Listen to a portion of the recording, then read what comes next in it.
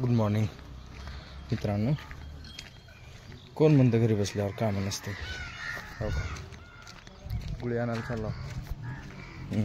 गाय आहे आपल्या घरी. आता गुळी वगैरे जाऊन आणावं लागेल बाबा. उन्हाळा आहे, हिरवं तर कुठं नसतंय. बघा गेटअप बघा कसलं घेऊन चालला. आत्ताच वर्कआउट करून घरला आलतो. आंघोळ नाही का नाही, गुळी आणायला जायचं म्हणली आई. निघालो गुळी आणायला. दररोज मोठ्या गाड्या चालवून, त्याच्यानंतर ॲम्ब्युलन्स चालवून, क्रुझर झिपा कारा चालवून कंटाळा आला होता. पण आज ट्रॅक्टर चालवावं म्हणलं. बाटक्या भावानं गुळी भरण्याच्या ठिकाणी ट्रॅक्टर आणला. मग काय, बसलो ट्रॅक्टरच्या सीटवर आणि चालू केलं. फर्स्ट क्लास चालवायला. गुळी वगैरे भरलेली होती म्हणून यावं लागतंय. थोडीसुद्धा गुळी खाली सांडली.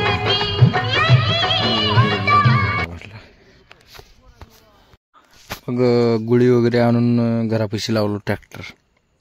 भावाने काय केलं, लगेच डम्पिंग करण्याची काय ती प्रोसेस कंप्लीट केली आणि ट्रॅक्टर चालू करून उचलले ट्रॅव्हलीचे ते आपले बॉडी. हळूहळू करून सगळे गुळी रिकामी केलं आणि व्यवस्थितपणे एका ठिकाणी गुळी रिकामी करून झाल्याच्या नंतर काढून आपापली ट्रॅक्टर साईडला घेऊन गेलं भावाने.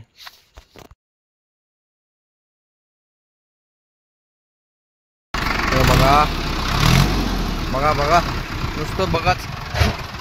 लाईक तर काय करू नका, नुसतं बघा.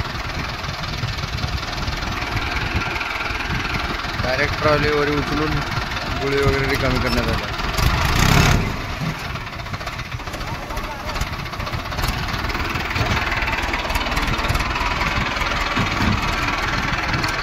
धूळ आहे.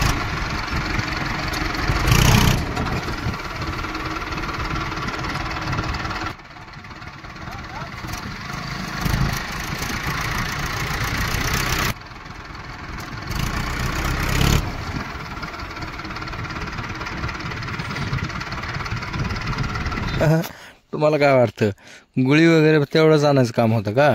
अरे गाडी चालू करून पटमन जाऊन गाडीत डिझेल टाकून आणायचं होतं लोहाऱ्याला जाऊन. मग मी माझा भाऊ निघालो डिझेल टाकण्यासाठी. लगेच हेच सणांना पिरी चलालो. वापस येऊन बघतो तर काय, अजून एक संकट माझ्या मागं. आमच्या चुलत मोठ्या भावाची पल्सर 150 cc गाडी आणि माझी कुठं 100 cc SS CD100 SS. आता तुम्हीच सांगा लेजंड कोण आहे. हां, दोन्ही जुन्या गाड्या होत्या बरं का. ती गाडी बंद पडली म्हणून त्या गाडीला चालू केलो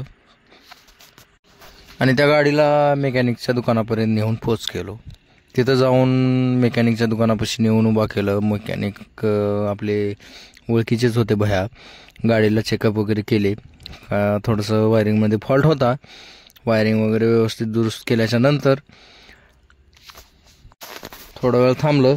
गाडीला सेल्फ वगैरे मारून बघितलं. त्याच्यानंतर थोडंसं ट्रायल वगैरे मारून बघितल्याच्या नंतर गाडीचं काय प्रॉब्लेम एकदम परफेक्ट झाला होता सॉल्व. मग गाडी वगैरे घेतलं आणि निघालो वापस. मी आणि माझा भाऊ. आता पिरिरी कशाला म्हणू, सारखं तेच म्हणते मन चाल राव.